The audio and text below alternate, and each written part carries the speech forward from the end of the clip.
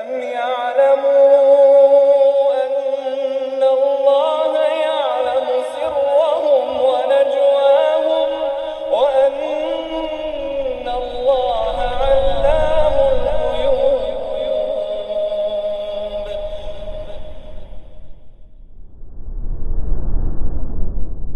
إن الحمد لله نحمده ونستعينه ونستغفره ونعوذ بالله من شرور أنفسنا وسيئات أعمالنا من يهده الله فلا مضل له ومن يضلل فلا هادي له أشهد أن لا إله إلا الله وحده لا شريك له وأشهد أن محمدا عبده ورسوله لا نبي بعده فإن أصدق الحديث كتاب الله وخير الهدي هدي محمد صلى الله عليه وسلم وشر الأمور محدثاتها وكل محدثة بدعة وكل بدعة ضلالة وكل ضلالة في النار. أما بعد.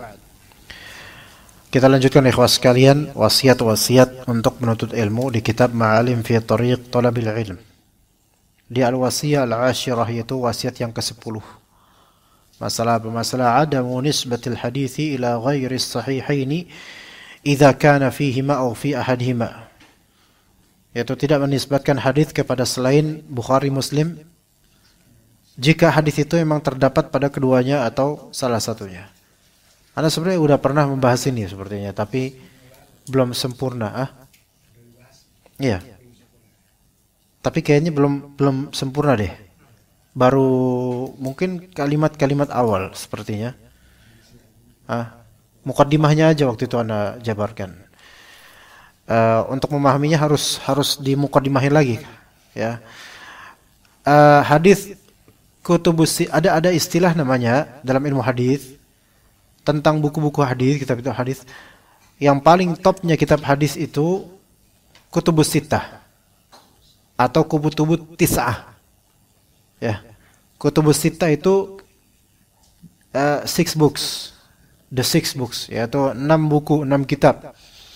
Kalau kutubut tis'ah tambahin 3 jadi 9 kitab. Ya, kalau antum ditanya kitab hadis apa yang terbaik, antum bilang Arba'in Nawawi, ya enggak. Ya, itu yang antum tahu aja karena itu yang dipelajarin gitu loh. Maksud dari kitab hadis ini kitab hadis bersanad yang mu'tamad, yang kalau di akhir hadis akan disebutkan hadis riwayat siapa. Nah itu. Bukan hadis riwayat Nawawi dalam Arba'in Nawawi, itu antum diketawain sama orang-orang. Karena Imam Nawawi tidak meriwayatkan hadis, hanya menukil hadis dari kitab-kitab sumbernya, kitab-kitab induk. Nah, kutubus sittah, kitab yang 6 itu yang paling top 2. Pertama yaitu Sahih Bukhari dan Sahih Muslim. Keduanya mengkriteriakan absolut sahih. Betul ada beberapa ulama nuqadul hadis, yaitu para pengkritik hadis, beberapa hadis Bukhari atau Muslim juga ada yang didhaifkan oleh sebagian beberapa ulama, beberapa aja. Ya, tapi yang sahih adalah keduanya sahih, kitab sahih semuanya. Yang diriwayatkan dengan syarat di dua kitab tersebut sahih semua. Dan Imam Sahih Bukhari lebih ketat daripada Sahih Muslim dari segi validitas. Kemudian Sunan Abu Daud, Sunan At-Tirmidzi, Sunan An-Nasa'i dan Sunan Ibnu Majah. Ya, ini yang disebut sebagai kutub as-sunan. Jadi kalau disebut sahihain, 2 kitab sahih namanya sahihain, yaitu 2 kitab sahih, yaitu Sahih Bukhari dan Sahih Muslim. Kalau disebut kitab sunan, antum jangan pahami berarti ini kitab sunnah. Enggak, bukan. Maksud sunnah di sini bukan sunnah ahli sunnah. Bukan. Ya ahli sunnah semua, cuma bukan itu. Kitab sunan yaitu 4 sunan. Sunan Bonang. Tegang banget antum, subhanallah. Sunan Abu Dawud, Sunan At-Tirmidzi, Sunan An-Nasa'i, Sunan Ibnu Majah. Ini anda pakai urutan umumnya ahli hadis, ya. Karena sebagian ahli hadis membagi sunan itu dari segi validitas hadis-hadisnya, Sunan Nasa'i yang lebih awal. Sebagaimana sudah dijabarkan itu. Tapi Sunan Abu Dawud, At-Tirmidzi, An-Nasa'i, Ibnu Majah. Ini namanya Kitabus Sunan. Atau sebut para ulama disebut Ashabus Sunan. Itu kutub as-sittah 6. Kalau at-tis'ah 9, maka tambahin 3. Yaitu Muwatta'nya Imam Malik, Musnadnya Imam Ahmad, dan Musnadnya Ad-Darimi. Tambah 3. Muwatta' Imam Malik, Musnad Ahmad, dan Musnad Darimi.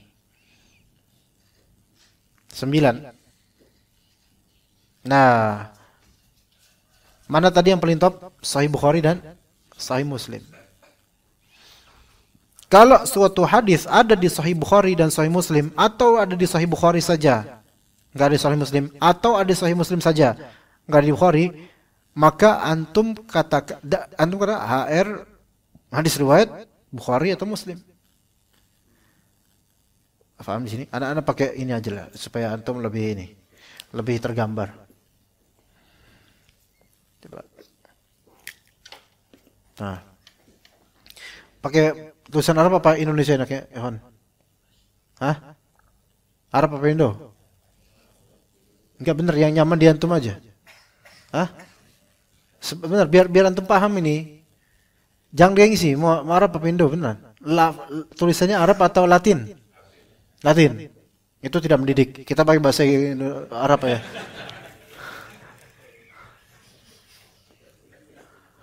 Sahih. Afwan ya Pak ya. Orang tua digituin, subhanallah.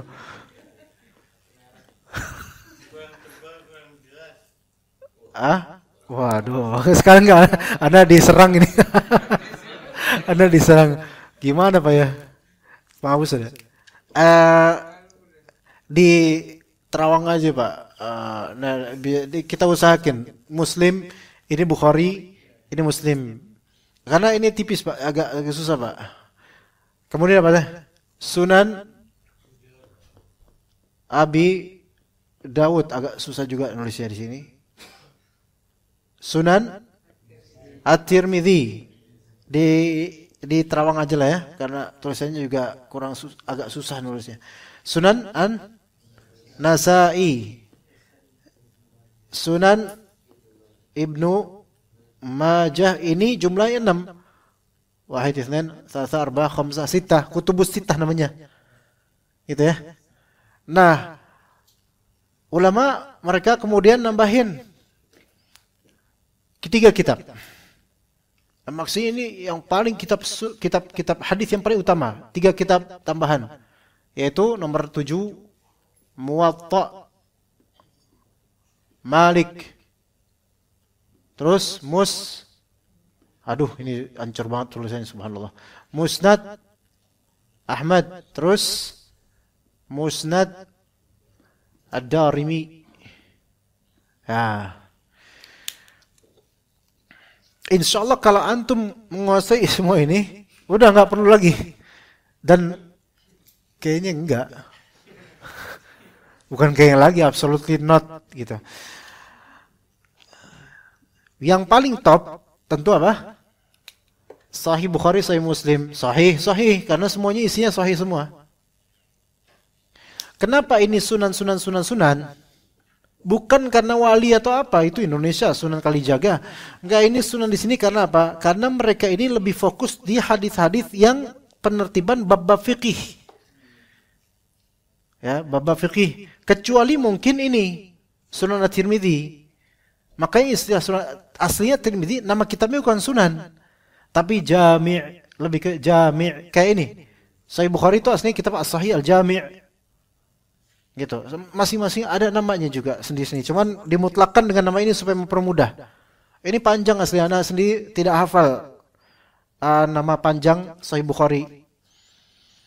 Maka ini lebih fokus ke masalah ke fikih. Paling memang ada selain bab-bab fikih, ada seperti tentang fitan itu tentang akhir zaman, kejadian-kejadian, ya. Ada tentang adab, akhlak, betul, tapi itu sangat minoritas. Beda dengan ini Sahih Bukhari, Sahih Muslim. Antum dapatin yang paling awal kitab Badul Wahyi, tentang wahyu, kitab iman, kitab ilmu. Terus ada kitab-kitab yang bukan tentang fikih, kitab tauhid. Ya. Bahkan tentang kitab tafsir mimpi, ya di sini juga ada sebenarnya. Cuman Sahih Bukhari yang paling menonjol. Nah, ini 4 sunan. Kelasnya di bawah kelas sahih. Ya, kemudian ada yang berikutnya dari segi nilai, yaitu Muwatta Malik. Sebenarnya Sunan Ibnu Majah dengan Muwatta Imam Malik, banyak ulama lebih memilih ini Muwatta Malik karena nilai keautentikan, sejarahnya dan Imam Maliknya gitu kan. Kemudian juga dalam Muwatta Imam Malik itu banyak sanad Ali namanya. Sanad Ali itu sanad yang rantainya itu tipis. Cuman 2 atau 3 tabaqat perantara antara Imam Malik dengan Rasulullah SAW. Makanya ada namanya silsilah zahabiyah. Rantai emas. Sanad emas. Yaitu Malik. Ya, kemudian dari Malik, Nafi' Maula Ibnu Umar, dari Ibnu Umar ke Rasulullah. Antara Imam Malik dengan Rasulullah itu cuman 2 tabaqat doang. Ya. Nafi' yaitu mantan budaknya Abdullah bin Umar. Dari Ibnu Umar dari Rasulullah. Ini sanad Ali namanya. Sanad Ali itu sanad yang tinggi. Semakin sedikit jarak dengan Rasulullah dari segi periwayatan, maka semakin tinggi sanad tersebut dianggap dalam ilmu hadis. Ya. Adapun kalau misalnya sanadnya panjang, tabaqatnya panjang, rantai rangkanya panjang, maka ini nazil namanya, nazil, turun. Ya. Taib. Musnad Imam Ahmad, Musnad Ad-Darimi, dari semua ini yang paling banyak ini Musnad Imam Ahmad hadisnya. Sampai 28.000 kalau nggak salah. Ya. Sampai 28.000. Ini kalau nggak 9.000 atau 8.000-an. Ini yang paling banyak. Ya. Taib. Ketika suatu hadis antum dapatkan ada di Bukhari atau di Muslim, maka antum nggak perlu menisbatkan kepada ini lagi, gitu. Itu maksudnya. Ya, misalnya antum baca di kitab suatu hadis ini, ya. Ada di footnote ditulis ya, HR Bukhari, HR nomor sekian, Muslim nomor sekian. Ada di Abu Daud nomor sekian, di Tirmidzi nomor sekian. Terus ini lengkap banget nih footnote-nya, semua disebutin kitab-kitab ini. Maka antum tidak boleh mengatakan ketika jelasin ke orang Rasulullah bersabda begini. Hadis riwayat Ibnu Majah. Enggak benar itu. Manhaj yang tidak benar dalam menyampaikan dan menukilkan hadis. Karena urutannya adalah kalau antum sudah ada Sahih Bukhari, Sahih Muslim ini hadisnya, maka ini enggak disebut enggak apa-apa. Ya. Malah justru yang salah adalah nyebutin yang sini padahal ada di sini-sini. Itu salah. Ini yang paling unggul dulu. Ini dalam metodologi penukilan hadis. Kalau antum bikin bahas atau risalah, kemudian ada hadis yang diriwayatkan Bukhari, misal Muslim enggak, riwayat Bukhari. Tapi antum nemuin hadis ini di Sunan Nasa'i. Terus antum kasih footnote HR An-Nasa'i nomor sekian. Nah, dicek oleh ulama ahli hadis. Dibaca, loh, ini hadis kan riwayat Bukhari juga. Antum akan dipermasalahin bahas antum, risalah antum. Akan dikoreksi, ini salah. Loh, Syekh, kan benar ini hadis riwayat An-Nasa'i. Benar, bukan salah. Kata antum ngotot. Itu minta dijewer berarti. Karena tartibnya itu kalau udah ada ini atau ini, boleh nyampein ini juga, tapi nggak boleh ini nggak disampaikan, ini disampaikan. Oke, paham nggak di sini? Itu maksud dari perkataan Syekh penulis Hafizahullah. Ya. Coba kita lihat baca terjemahannya. Jika sebuah hadis terdapat pada Sahih Bukhari atau Muslim dan juga terdapat pada manapun selain keduanya, maka tidak dibenarkan penuntut ilmu menyandarkan hadis tersebut kepada selain Al-Bukhari dan Muslim. Artinya udah nggak usah yang sebutin ini, udah cukup Bukhari Muslim, udah kelas. Tapi pun kalau mau silahkan sebutin semua untuk memperkaya footnote supaya lebih panjang mungkin. Tapi nggak boleh antum menghilangkan ini. Karena ini udah cukup dah kelas. Makanya sering kali antum lihat di footnote, walaupun terjemahan, kan terjemahin doang. Hadis footnote-nya apa? Muttafaqun alaih. Pernah dengar gak itu? Muttafaq alaih, muttafaq alaih. Arti muttafaq alaih itu mujma'un ala sihhatih. Disepakati akan kesahihannya.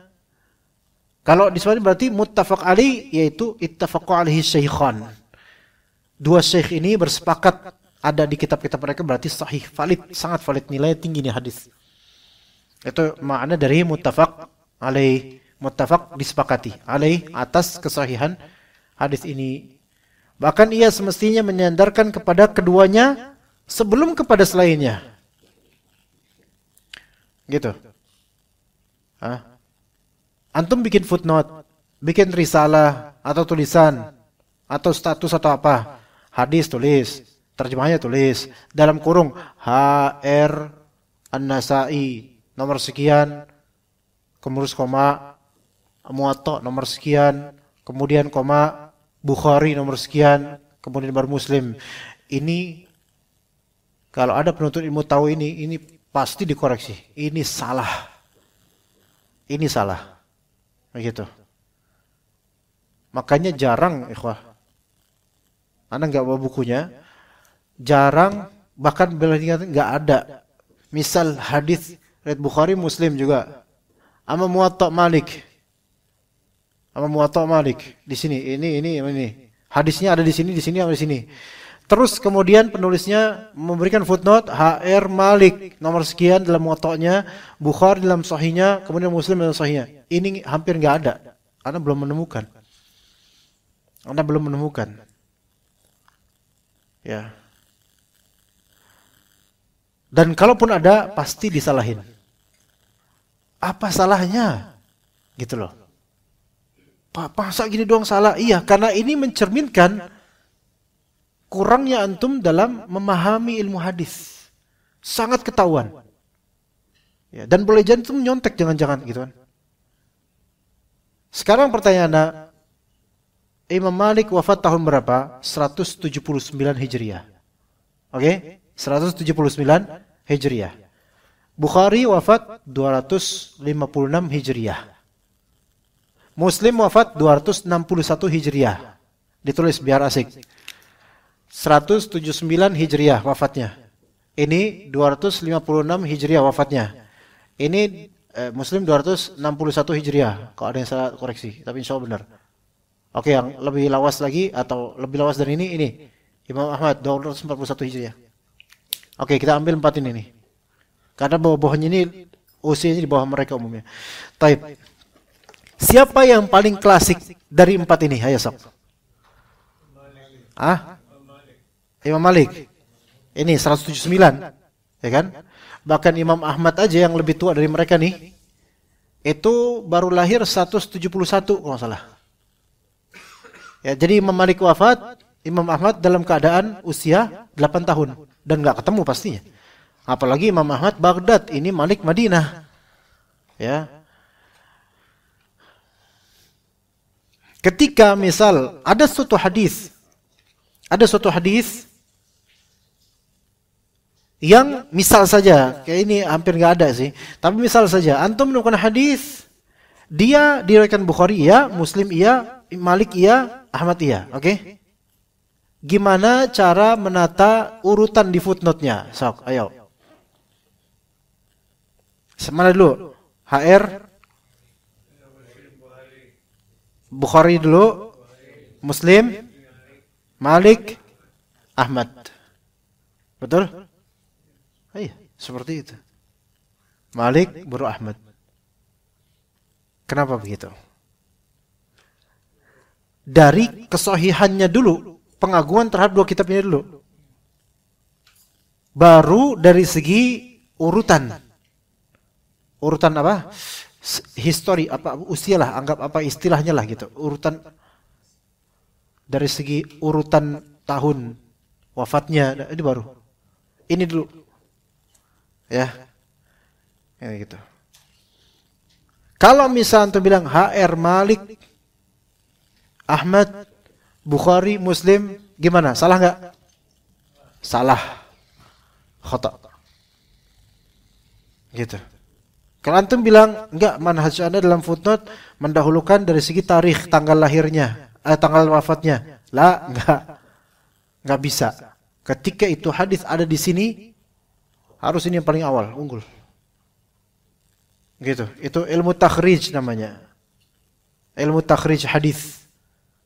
Yaitu menjabarkan sumber-sumber dari kitab-kitab induk. Dari kitab apa saja, nomornya mana, atau di kitab apa, di bab apa. Itu namanya ilmu takhrijul hadis. Dan ada kitab-kitab sendiri, ilmu takhrij ada kitabnya sendiri itu. Al-muhim ini sebagai khazanah ilmu buat antum. Coba misal antum yang punya kitab, cari di kitab antum hadis riwayat siapa? Dia di halaman berapa terserah tuh. Kita buktikan di beliau. Halaman berapa Syahab atau Mas Bro? 76. HR siapa tuh? Tok. Coba tolong cari yang lebih banyak lagi tulisannya. Jarang ya?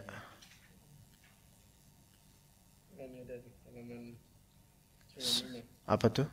HR? Diriwayatkan oleh At-Tirmidzi dan Ibnu Majah. Suf. Lihat. Mana dulu? Tirmidzi atau Ibnu Majah dulu? Tirmidzi dulu. Sekarang ini praktek bagus nih. Muwatta Malik sama Musnad Imam Ahmad. Para ulama mereka berbeda pandangan mengenai mana yang lebih bagus dari Muwatta Malik atau Musnad Imam Ahmad. Ini nanti akan ini tadi ingat Tirmidzi Imam Majah. Malik atau Imam Ahmad. Kita enggak memandang sekarang dari segi madhab fikih, bukan itu. Tapi dari segi keotentikan, dari segi lebih banyak sahih mana dan nilai historisnya atau apa ya. Muwatta Imam Malik disinyalir lebih afdal dibandingkan Musnad Imam Ahmad. Gitu. Makanya ketika suatu hadis ada di Muwatta, ada di Musnad Imam Ahmad, maka biasanya lebih mendahulukan rawahu Malik wa Ahmad misalnya gitu. Ahmad nanti, Malik dulu dia. Karena ada nilai historisnya juga dari segi kitabnya lebih afdal Muwatta daripada Musnad Ahmad. Kenapa disebut lebih afdal? Pertama, karena di dalamnya lebih banyak sanad alinya. Bismillah. Yang tadi Anda sebut. Ada beberapa riwayat dalam kitab Muwatta, Malik meriwayatkan dari dari Nafi' Maula Ibnu Umar, dari Ibnu Umar, dari Rasulullah SAW. Oh, ini dekat banget. Itu udah nilai yang sangat tinggi. Ya. Yang mana posibilitas seperti itu enggak ada di Musnad Imam Ahmad. Ini udah nilai plusnya Muwatta. Kemudian yang kedua, Muwatta Imam Malik pun itu berada di Madinah. Dari segi tempat pun lokal lebih dekat. Musnad Ahmad Baghdad. Oke. Yang ketiga, dari segi orisinalitas periwayatan kitab. Ya. Yang mana kitab Imam Malik, ya Imam Malik mentadwinnya atau menyebutkannya di pada muridnya. Sementara Musnad Imam Ahmad ini anaknya yang meriwayatkan. Maksudnya anaknya sini anaknya menyusun juga. Ya. Itu. Terus yang keempat, dari segi penertiban kitab dan bab-babnya. Itu genre yang berbeda. Muwatta dengan Musnad genre yang berbeda. Muwatta ini seperti ini. Yaitu lebih ke fikih, tartibatnya, pengurutannya. Memang diawali kitab Muwatta dari kitab salat. Kemudian dari bab mawaqit as-salat, bisa antum cari lah di internet lah. Ya, tapi itu akan dimulai dari apa? Dari masalah taharah juga ujung-ujungnya. Sama seperti sunan, mirip. Ya. Tapi ada perbedaan, tentu Muwatta ada perbedaan. Kalau musnad Imam Ahmad, ketahuilah kalau disebut musnad, maka penyusunannya itu disesuaikan bukan dari tema, bukan, tapi dari segi sanad. Apa maksudnya? Dari segi perawi. Penertibannya dari segi perawi, bukan dari segi tema. Semua kitab ini, satu Muslim, Sunan, Muwatta, itu semua pengurutan babnya dari segi tema. Kitab Taharah, kitab wudu, kitab ini, kitab salat, kitab ini dan seterusnya. Tapi musnad pengurutan dari apa? Perawi. Yaitu yang pertama dari sahabat Fulan bin Fulan, sebutin semua hadisnya. Kedua dari sahabat Fulan bin Fulan, sebutin hadis-hadis beliau. Itu maksudnya. Makanya di Musnad Imam Ahmad, ana ada 52 jilid ikhwan. Segini ikhwan. 52 jilid. Ana beli tahun 2014 atau 2013. 2014 kalau salah. Waktu itu harganya masih sekitar 6,7 juta atau 5, sekian juta. Ana lupa Kalau sekarang 10 ke atas insya Allah. Alhamdulillah Anda udah punya duluan. Tapi ternyata PDF-nya sekarang ada. Kesel banget Anda itu. Anda beli itu tuh baru lulus Lipia ya ikhwan. Duit itu. Sekarang tinggal PDF-nya. Beli aja tablet ada semua. Masya Allah. Ya udahlah. Selesai curhatan dan kekesalan Anda. Jadi Musnad Imam Ahmad, ratusan sahabat. Pertama Imam Ahmad menyusun perawi-perawi dari Asyarah Mubasysyirina bil Jannah. 10 orang yang dijamin masuk surga. Perawi dari 10 sahabat itu dulu. Dan mana yang lebih dulu dari 10 sahabat itu? Dari 4 khalifah terlebih dahulu. Dari 4 khalifah mana yang paling awal? Siapa coba? Tahu kan? Abu Bakar radhiyallahu anhu. Hadis riwayat Abu Bakar. Terus nomor 1, 2, 3, 4. Yang mana kadangkala terjadi pengulangan hadis dengan sanad berbeda. Namun sampai semua ke Abu Bakar As-Siddiq. Ana lupa berapa puluh hadis. Karena Abu Bakar ini bukan termasuk yang mukthirina fil hadis. Bukan orang yang bukan sahabat yang banyak hadisnya. Nah, dilanjutkan kemudian siapa setelahnya? Umar bin Al-Khattab radhiyallahu anhu. Nah ini lebih banyak, ini banyak ini. Umar bin Khattab banyak, nomor sekian puluh sampai sekian ratus Umar bin Khattab. Kadang-kadang terulang hadisnya yang sama, tapi dengan sanad yang berbeda, cuman ujung-ujungnya Umar bin Khattab gitu loh. Ya, maka seorang ahli fikih atau orang yang memeriksa ilmu fikih atau ilmu akidah atau semisalnya nggak bisa ke sini, karena penertibannya itu tidak pakai bab. Kalau ini kan mudah. Misal antum cari kitab Taharah atau kitab misalnya tentang ya zakat. Semua di sini ada nih. Ada semua. Di sini ada enggak? Enggak ada. Enggak ada. Ya, oke. Begitu. Enggak ada. Maka kalau antum mau nyari tentang zakat di Musnad Imam Ahmad, antum harus baca 28.000 hadis sampai nemunya zakat mana aja. Makanya akhirnya kemudian Syekh Ibn Balaban menulis kitab namanya Al-Fathu Ar-Rabbani bitartibi hadis Musnad Al-Imam Ahmad bin Hanbal As-Syaibani. Namanya Al-Fathu Ar-Rabbani. Makanya Ustaz Yazid namain putranya Fathur Rabbani Jawas. Dari kitab itu panggilnya Fathi, teman ana. Dari kata Al-Fathur Rabbani itu dari kitab itu. Terus masjidnya nama Imam Ahmad. Fathur Rabbani Imam Ahmad bin Hanbal gitu. Emang kayak gitu emang. Tanya aja Ustaz Yazid. Udah wafat rahimahullah. Iya, beneran. Dari kitab Fathur Rabbani yang mana di zaman dulu kan Ustaz Fatih lahir tahun 86. Kisaran 86. Itu belum kitab Fathur Rabbani itu termasuk kitab yang enggak ada orang kenal di Indonesia ya kawan. Ini karena beliau belajar aja di Saudi kemudian paham kitab-kitab ini, Masya Allah. Karena nama Fathur Rabbani itu belum ada di Indonesia sebelumnya. Gitu. Sama kayak Putra Fadilah itu belum pernah ada. Itu doang tuh orang tuh itu doang tuh. Antum cari tempat lain Putra Fadilah nggak ada. Iya. Nah, itu Al-Fathur Rabbani bitartib. Jadi kitab Fathur Rabbani ini adalah kitab Musnad Imam Ahmad tapi ditertibkan dengan bab-bab. Gitu. Jadi enak bacanya. Qadarullah memang tetap lebih populer ini jelas. Karena nilai keautentikannya aslinya dari sini gitu loh. Ya, antum sendiri mungkin baru pertama kali mendengar kitab namanya Al-Fathur Rabbani, ya. Taib, kalau misalnya ini sama ini hadis riwayat Malik dan Ahmad, maka yang lebih dulu mana? Malik. Dari alasan yang tadi Anda sebutkan semua. Itu oke. Sekarang, kalau suatu hadis diriwayatkan oleh ashabus sunan, enggak ada ini Sahih Bukhari, Sahih Muslim, hadis ini enggak ada di Sahih Bukhari, Sahih Muslim, tapi ada di mereka nih. Mana yang lebih dulu urutannya? Ini khilaf di antara ulama takhrij. Khilaf di antara ulama takhrij.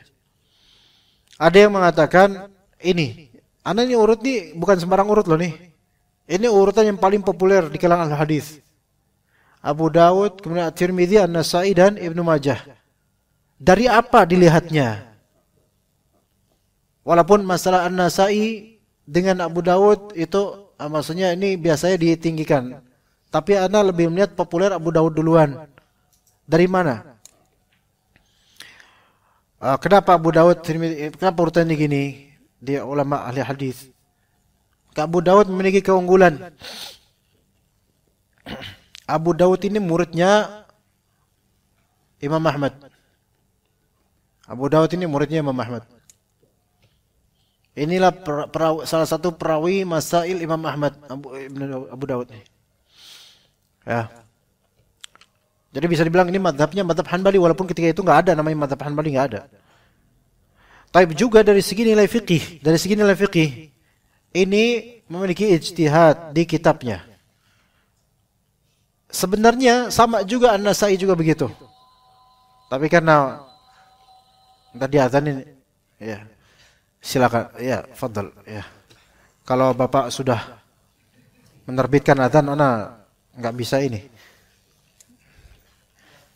Kalau muadzinnya kemana? Fadl. Hah? Kif? Ya, nanti kabarin ke ana. Nah, itu praktek juga itu bagus. Muslim, Abu Dawud, An-Nasa'i. Taib. Kembali ke praktek yang tadi bahwa Abu Dawud didahulukan daripada An-Nasa'i. HR Abu Dawud dan An-Nasa'i kita. Bukan HR An-Nasa'i dan Abu Dawud.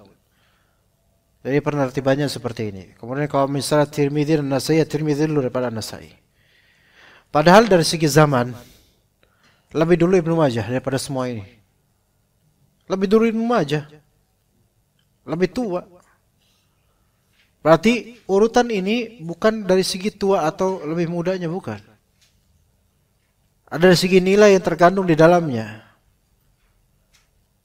Bisa juga di sini dari segi penertiban bab dan ijtihad yang ada di dalamnya.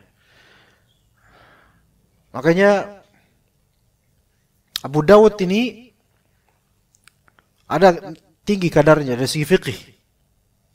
Sebenarnya An-Nasa'i juga ada. An-Nasa'i juga gitu. Karena babnya, misal bab riwayat yang menyatakan begini.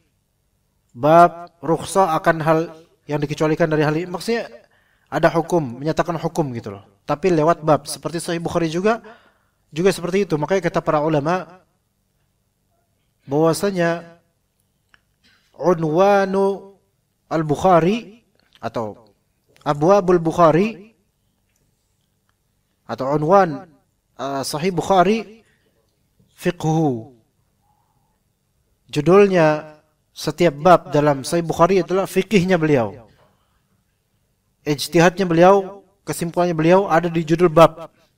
Dan itu pun masih dan itu pun tidak serta-merta langsung bisa dipahami oleh orang yang membaca, melainkan ulama yang betul-betul faham yang membacanya. Makanya Fathul Bari Ibnu Hajar Al-Asqalani itu membuka semua kunci itu.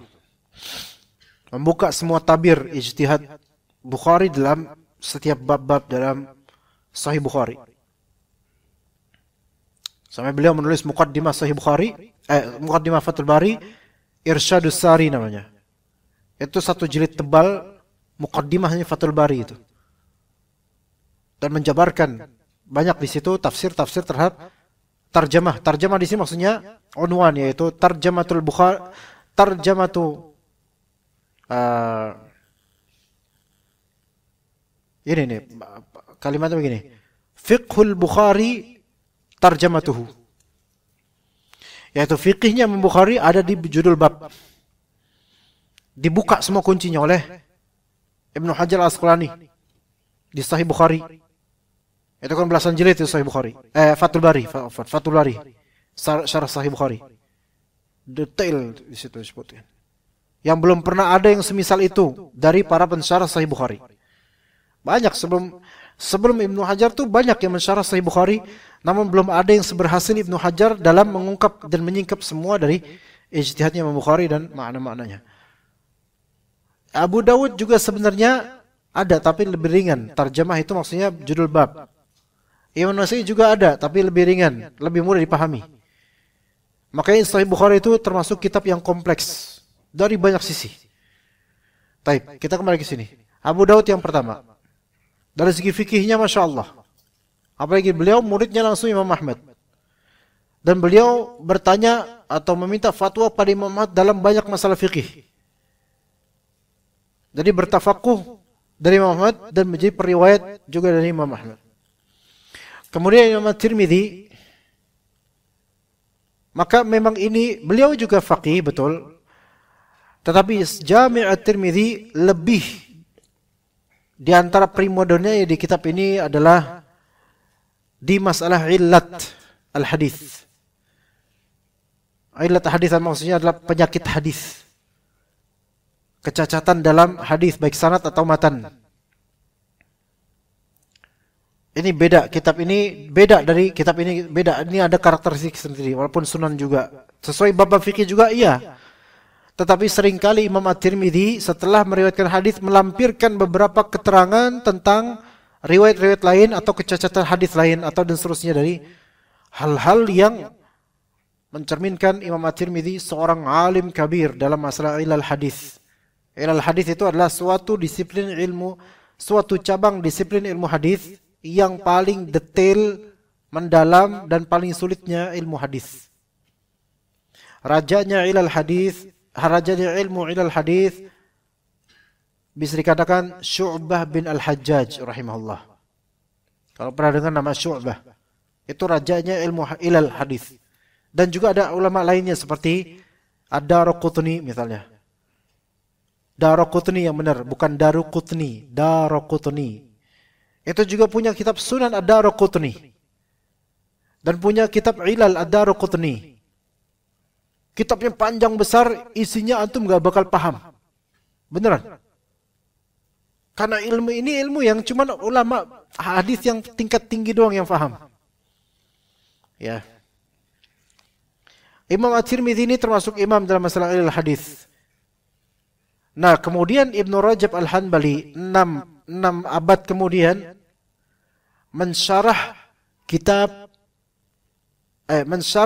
jadi ini At-Tirmidzi punya kitab Ilal Al-Hadis, Ilal namanya. Kemudian dijelaskan oleh Ibnu Rajab Al-Hanbali dengan judul Syarah Ilal At-Tirmidzi. Ya, Al-Ilal. Kitab Al-Ilal namanya, Al-Saghir atau Al-Kabir.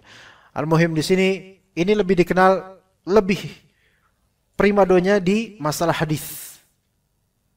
Nah, An-Nasa'i ini juga ada kebaikan tersendiri. Nah, Sunan An-Nasa'i ada 2. Sunan An-Nasa'i ada 2. Yang pertama Sunan Kubra. Yang kedua Sunan Sughra. Sunan besar dan sunan kecil. Sunan Kubra tentu lebih banyak hadisnya. Sunan Sughra yaitu semacam diringkas, dikompres ya. Disebut juga Sunan Sughra, Sunan kecil disebut juga dengan namanya Al-Mujtaba nama kitabnya. Ini namanya kitabnya. Dan ketika antum mendapatkan Sunan An-Nasa'i, maka ini maksud adalah Sunan Sughra-nya Al-Mujtaba ini. Jadi Al-Imam An-Nasa'i kitab Sunan punya dua beliau. Sunan Kubra dan Sunan Sughra. Insya Allah apa-apa yang ada di Sunan Kubra ada di Sunan Sughra. Tapi tidak semua yang di Sunan Sughra. Kebalik. Apa-apa yang ada di Sunan kecil ada di Sunan besar. Tapi tidak semua yang di Sunan besar ada di Sunan kecil gitu loh. Makanya para ulama mengatakan kalau hadis ini diriwayatkan oleh Imam Nasai di Sunan Kubra, enggak ada di Sunan Sughra, maka pasti mengatakan hadis riwayat Imam Nasai dalam Kubra. Gitu. Tapi kalau enggak disebutkan itu HR An-Nasai, berarti di Sunan Al-Sughra Al-Mujtaba. Ini. Nah, kitab Sunan As-Sughra Al-Mujtaba ini dari segi keotentikan dan kesahihan hadis-hadis dari empat ini yang paling unggul sebenarnya. Kalau dilihat dari segi sihhatus sanad, bagusnya sahihnya sanad, lebih banyak lebih unggul Sunan Nasai Sughra. Lebih bagus kata para ulama ahli hadis. Ini karena jadi bicara tentang ilmu hadis enggak apa-apa lah. Ana tadi mau membahas tentang penukilan tapi udahlah. Ya, kalau antum nggak terima ya udah pulang aja sana. Gak ini, tamasya aja, tamasya kita having fun aja. Ya. Kemudian Sunan Ibnu Majah, namun ini yang paling bawah daripada empat ini. Karena apa? Karena dari segi hadis dhaif lebih banyak ini. Dhaif jiddan lebih banyak ini dibandingkan ini. Ya, begitu. Nah, ketika diurut seperti ini, antum tidak boleh mendahulukan dari segi usia. HR, Ibnu Majah, At-Tirmidzi, An-Nasai dan Abu Daud enggak bisa. Tapi dari segi ini. Gitu, dari segi ini Abu Daud dulu. Makanya tadi apa? HR, Abu Daud dan An-Nasai. Yang barusan tadi antum ini gimana? Yang tadi harus 100 berapa? Hadis riwayat Muslim, Abu Daud dan An-Nasai 122. Hadis riwayat Muslim, Abu Daud dan An-Nasai. Tuh, hadis apa tadi? Apa terjemahnya coba tolong? Terjemahannya apa? Hadis apa itu? Lafalnya apa? Tentang doa sih. Hah? Tentang doa. Apa tuh doa apa tuh? Ya Allah, tunjukilah aku kepada sebaik-baik akhlak. Tidak Oh. ada yang menunjukkan kepada sebaik-baik akhlak kecuali Engkau, dan palingkanlah aku dari akhlak yang buruk. Tidak ada yang dapat memalingkan aku dari akhlak yang buruk selain Engkau. Dan itu hadis Muslim, Abu Daud dan An-Nasai. Syuf lihat. Seandainya Syekh ini mencukupkan HR Muslim, Abu Daud, Nasai enggak di-include, boleh enggak? Boleh, karena udah cukup. Tapi kalau beliau mengatakan HR Abu Daud selesai, enggak boleh. Menurut apa namanya akhlak atau ada penungkilan di kalangan penuntut ilmu itu enggak benar. Maka pasti dita'aqub tuh dikritisi, diralat oleh pembaca. Sebentar, ini hadis ini Anda nemukan di Muslim. Kenapa antum sebutin Abu Dawud tok? Gitu. Harus ada Muslimnya dong, gitu. Kalau misalnya ini kan hadis Muslim, Abu Dawud dan Nasai. Kalau disebut HR An-Nasai dalam Sunan Sughra. HR An-Nasai dalam Sunan Sughra. Tok udah gitu ngomong. Boleh enggak? Pada hadis ini kan ada di sini, ada di sini, ada di sini. Kemudian penulisnya bilang ini hadis diriwayatkan oleh Al-Imam An-Nasai dalam Sunan Sughra. Bakal kena kritikan enggak kira-kira? Kenapa bakal? Ada dua alasan. Alasan pertama, karena Muslim kok enggak di-include. Itu satu. Kedua, ayo siapa yang bisa jawab? Karena ketika itu diriwayatkan dalam Sunan As-Sughra, enggak perlu antum sebutin lah Sunan Sughra-nya. Faham enggak? Ketika Sunan An-Nasai itu sudah semua tahu maksudnya Sughra, antum enggak usah nambahin sebutin dalam Sunan Sughra. Ya. Kecuali kalau hadis ini hanya ada di riwayat An-Nasai dalam Sunan Kubra, baru antum sebutin HR An-Nasai dalam Al-Kubra baru. Tuh lihat, ilmu seperti ini loh. Ini memang bukan ilmu yang sampai alam kubur antum ditanya. Enggak bakal ditanya insyaallah. Tetapi semua footnote ini tuh ada ilmunya tersendiri. Dalam semua hamish itu footnote. Ada ilmunya, ikhwan. Ya. Enggak sembarang. Penukilan hadis enggak sembarang. Ya, dan itu pertanggungjawaban juga dunia dan akhirat juga gitu loh. Kalau kita HR Muslim, yang mana waktu itu bilang HR Muslim. Iya, padahal Suparjo yang ngeriwayatin HR Muslim. Karena dia Muslim, nggak boleh. Itu tadlis, nggak boleh. Talbis itu haram, bohong. Ya. Oke. Kita ke terjemahan lagi sebentar.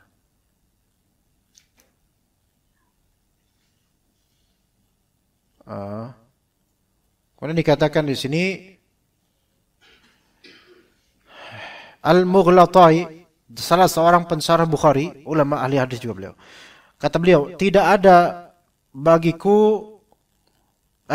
bagi hadisku penyandaran terhadap hadis yang salah satu dari kutubus sittah bagi selainnya, melainkan untuk tambahan yang tidak ada padanya atau untuk menjelaskan syarat dan rijalnya. Ini kalimat ini kalau ana jelasin lebih panjang, ini panjang lagi, jangan ya. Dan kami memandang sebagian penuntut ilmu menyebutkan hadis yang ada pada kitab Bukhari Muslim, lalu ia menyandarkannya kepada Ibnu Majah misalnya. Maka hal itu merupakan kesalahan. Dan ia dicela karenanya. Dicela oleh siapa? Ulama ahli hadis dan penuntut ilmu. Ini seperti ini orang gak ngerti hadis, digituin nanti. Antum gak ngerti hadis ya? Digituin. Padahal benar, ini riwayat Ibnu Majah. Tapi karena ada di Bukhari Muslim, antum nggak nyandarin ke sini, antum dicecer nanti. Dianggap nggak pernah baca ini ya, gitu. Nggak sembarangan loh, nggak sembarangan, beneran nggak sembarangan. Yang mana sebuah hadis apabila terdapat dalam kitab Bukhari dan Muslim, maka sungguh itu berarti telah melewati batas. Artinya jelas kesahihannya. Hendaklah ia menyandarkan hanya kepada keduanya, nggak usah ini lagi atau hanya mereka penuhnya, dan nggak usah hanya sini saja, ini dulu. Bahkan kalau ini nggak usah disebutkan semua, ini doang, itu udah cukup kelas. Begitu jemaah. Gitu. Ini pembahasan yang insya Allah bermanfaat, membuka relung cakrawala antum. Ternyata hal-hal seperti ini memang ada pembahasannya. Dan ini hanya di bidang manhaj menuntut ilmu saja. Antum nggak dapatkan bahasa ini di fikih. Bahasan seperti ini nggak ada di fikih, nggak ada di akidah, nggak ada. Tapi kadang ada di mustalah hadis dan di ilmu manhaj tentang menuntut ilmu. Ini termasuk sebenarnya kajian-kajian kita selama ini kajian manhaj. Di dua, manhaj dari segi akidah kadang-kadang dan manhaj dalam menuntut ilmu. Itu ada genre tersendiri, kayak gitu. Ya. Ini penting dan anda bisa katakan pembahasan kayak gini itu hampir nggak ada sebenarnya di majelis lain, benar nggak ada.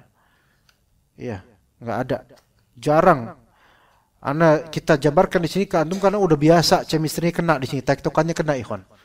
Kalau anda jabarkan di Al-Aqsa misalnya, nggak ada yang paham karena di Palestina, ya kan? Selain anda belum pernah ke sana, gitu. Iya. Pasti kalau Al-Aqsa sini apa? Al-Aqsa mana sih? Dekat sini? Dekat sini. Oh iya, coba kalau sini. Antum DKM ya? Bukan.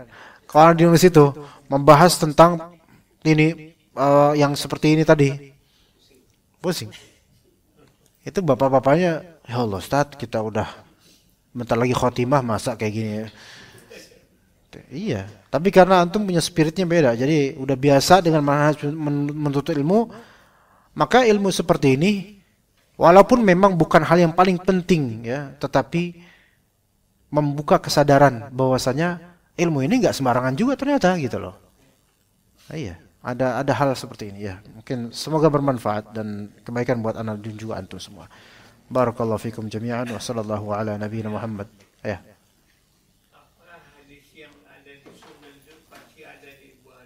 Belum tentu. Belum tentu. Banyak yang tidak ada di sini. Ini di sini ada. Tadi enggak semua hadis ada di sini. Bahkan enggak semua hadis ada di sini. boleh jadi ada yang di sini, ada yang di sini, nggak ada di sini, ada di sini, nggak ada di sini. Iya, beneran. Iya, begitu. Jadi Muslim tidak menampung seluruh hadis. Enggak semua. Bukhari, Muslim, enggak semua hadis sahih. Iya. Tapi ketika antum sudah menguasai ini, khalas Pak, Masya Allah gitu. Makanya kata Syekh Masyhur bin Salman Al-Hasan, kalau antum mau jadi pakar fikih, tapi fikih dengan ilmu hadis, maka ini beberapa kitab yang anda masih ingat beliau bilang, yaitu Sunan Abi Dawud, Sunan An-Nasa'i, walaupun sughra, Muwatta Imam Malik, dan subhanallah satu lagi, Sunan Al-Baihaqi namanya, Sunan Al-Baihaqi. Ya itu. Ini Baihaqi. Mungkin enggak apa-apa. Abu Dawud, Nasai, Baihaqi. Kalau antum udah baca itu semua, nguasain itu, jadi faqih dan ahli hadis. Karena ada istilah juga, beliau juga pernah mengisi kajian di Yordania, di negerinya beliau mengisi kajian atau daurah, judulnya itu subhanallah, ini udah hampir 10 tahun anak buka videonya apa ya, fuqaha muhaddisin atau apa, madhab ahli hadis al-fiqhi namanya. Jadi beliau menjabarkan di daurah itu beberapa sesi, judulnya keterangan tentang madhab ahli hadis al-fiqhi. Karena kan banyak orang bilang ahli hadis nggak ngerti fikih, gitu loh.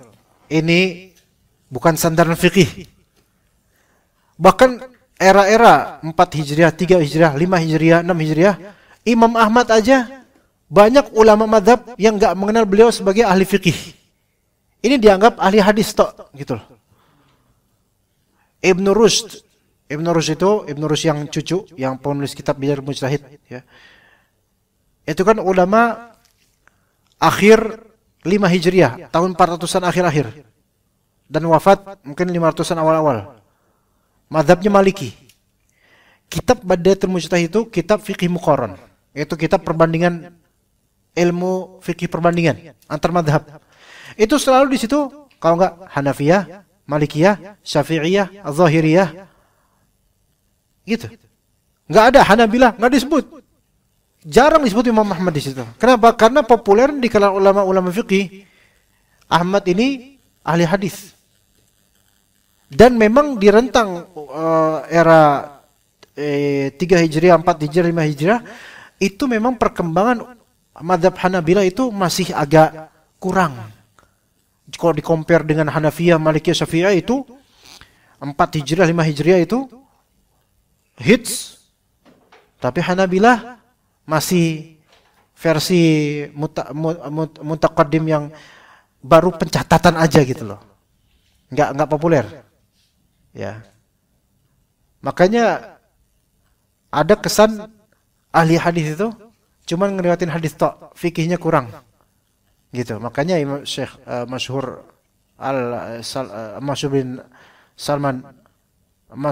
bin Hasan Al-Salman, ya, hafizahullah, beliau mengisi daurah di beberapa sesi, judulnya itu Madhab Ahli Hadis Al-Fiqhi, madhab fikihnya ahli hadis. Gitu, ya. Tapi pakai bahasa Arab, ikhwan. Ya. Kalau diterjemahin ya panjang. Ya itu cuma khazanah ilmu aja, Pak, ya. Wallahu alam. Sallallahu ala nabiyina Muhammad wa ala alihi wa sahbihi ajma'in. Subhanakallahumma bihamdika asyhadu an la ilaha illa anta astaghfiruka wa atubu ilaik. Assalamualaikum warahmatullahi wabarakatuh.